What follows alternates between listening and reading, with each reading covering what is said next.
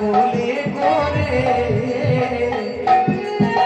কষ্টের কথা মায়েরা মনে থাকে না। আমার একটি সন্তানের গান কত মাঝে প্রাণ হারায়, একটি সন্তানের গায়ে কত মাঝে প্রাণ হারায়, একটি সন্তানের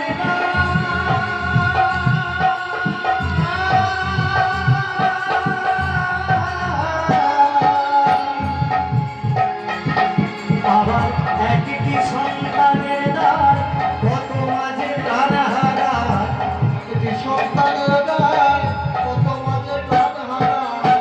দয়াবতী দরদিনী হয় আমার মা, দয়াবতী দরদিনী মা,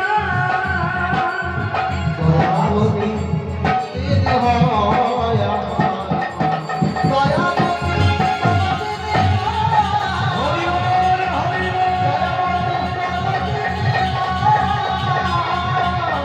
দয়াবতী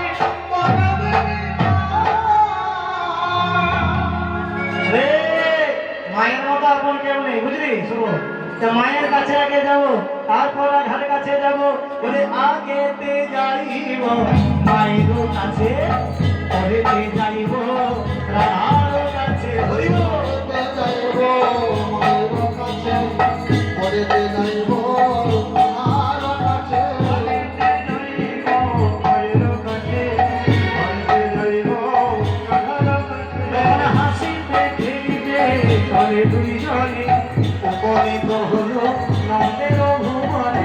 হাসিতে খেলিতে চলে দুজনে, উপনীত হলো নন্দের ভবনে। জানি না মানে এত কষ্টের মধ্যে দিয়ে আমাদের যে ডান দিকে বাজাচ্ছে শেখর সৌরভ চিনপাই বাড়ি, মানে হাতটা এমন ফোলা ফুলেছে, তবু যে যে বাজাচ্ছে এটাই কিন্তু ধর, ও যে বাজাচ্ছে প্রাণ ভরে আশীর্বাদ করুন যেন শরীর সুস্থ থাকে, কাঁধে এত বেদনা কিন্তু টানা গান তবুও বাজাচ্ছে।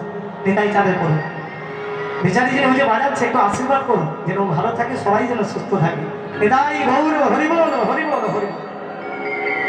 মামা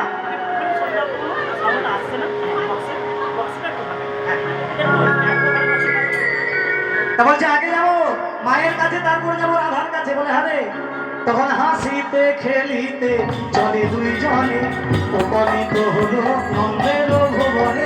হাসিতে খেলিতে চলে দুজনে, উপনীত হলো নন্দের ভবনে। হাসিতে খেলিতে চলে দুজনে, উপনীত হলো নন্দের ভুবনে। আবার নন্দের ভুবনে উপনীত হয়ে জয় মানন্দ রানী বলে পুকারে। নন্দের ভবনে উপনীত হয়ে